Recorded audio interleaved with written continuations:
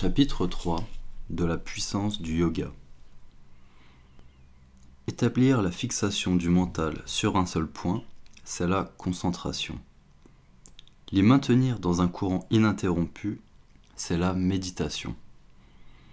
Quand disparaît la forme même de l'objet de la contemplation et qu'on saisit uniquement sa signification, c'est l'enstase.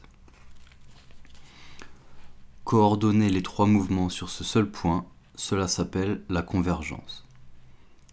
Et le succès dans cette triple voie révèle la connaissance. Mais son application se fait par étapes. Par rapport au précédent degré, cette triade constitue le stade dit intérieur. Cependant, en comparaison de l'enstase sans semence, elle reste une issue extérieure. En supprimant les tendances à la dispersion, se manifeste celle de maîtrise et, sans perdre ses qualités, le mental obtient l'arrêt de ses modifications.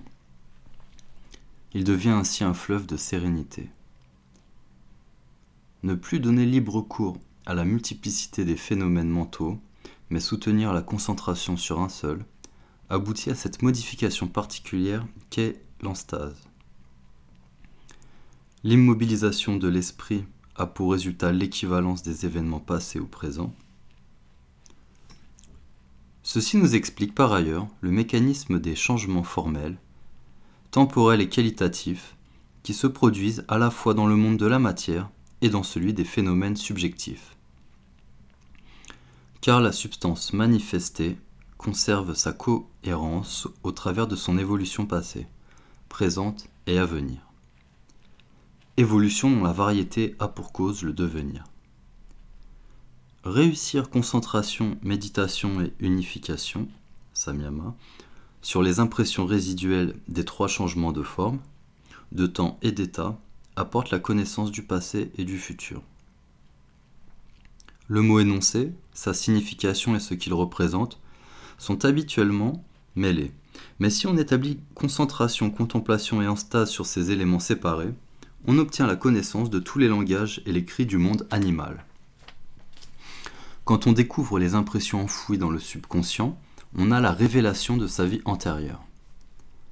La pratique de la convergence appliquée aux notions permet de connaître les états psychiques et mentaux des autres hommes.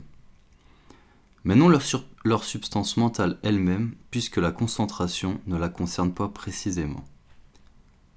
En dirigeant la même concentration sur la forme du corps, la puissance de perception d'autrui ne s'exerce plus, car le contact avec la lumière de ses yeux se trouve supprimé. Le corps devient donc invisible. Si on l'applique au devenir, entamé ou latent, ou au présage, on est exactement renseigné sur l'heure de la mort.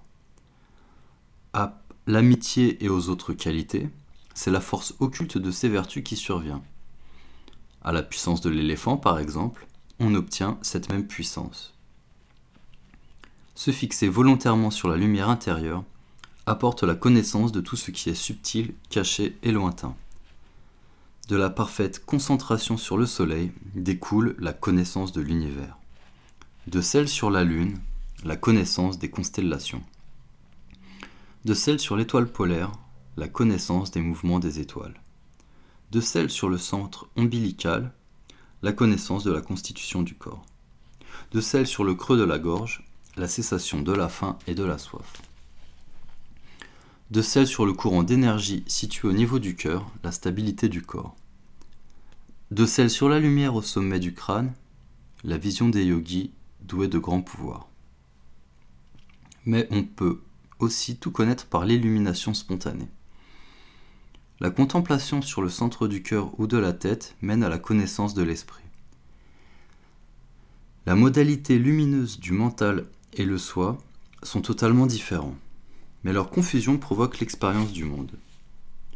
On connaît le soi en pratiquant la concentration sur sa signification propre, indépendamment de l'expérience sensorielle.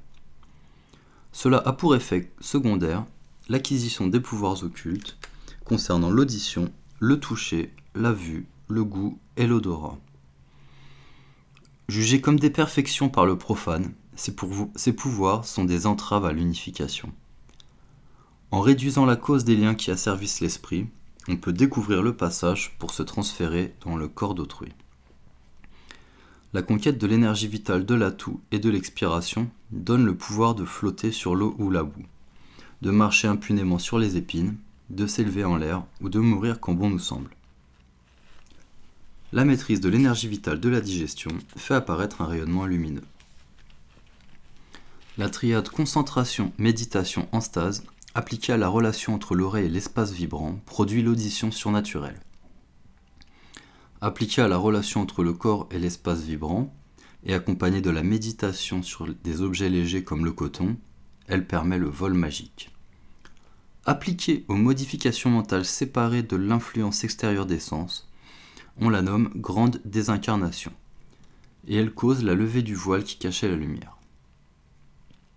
Appliquée aux objets denses et subtils, à leurs principes essentiels et à leur exploration, elle donne la maîtrise des éléments. C'est à ce stade qu'apparaissent les pouvoirs tels que devenir aussi petit qu'un atome, etc.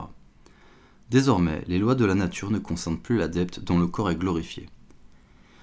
Charme, force, incorruptibilité du diamant, énergie sont les caractéristiques de ce corps glorieux. Se concentrer parfaitement sur la perception des objets, sur leur forme propre, puis sur le sentiment d'individualité par rapport à eux, et enfin sur la relation existant entre ces facteurs qui provoquent l'expérience, aboutit à la conquête des sens. On acquit ainsi la faculté de se déplacer aussi vite que l'esprit, de percevoir sans l'aide des organes sensoriels, et l'empire sur la substance primordiale. Celui qui par cette méthode apprend à discriminer entre l'être et la fonction la plus pure du mental, devient tout-puissant et conquit l'omniscience. Mais c'est en renonçant à ses pouvoirs surnaturels eux-mêmes que l'homme détruit l'imperfection dans son germe et atteint l'émancipation. Car se complaire dans cette situation supérieure et céder à la convoitise et à l'orgueil, ce serait retomber dans le malheur.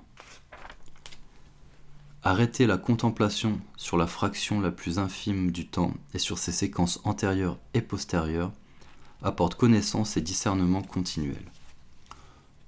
Ce que l'on ne décèle ni par l'espèce, ni par des signes particuliers, ni par la position, peut être néanmoins révélé grâce à la concentration, à la méditation et à l'unification.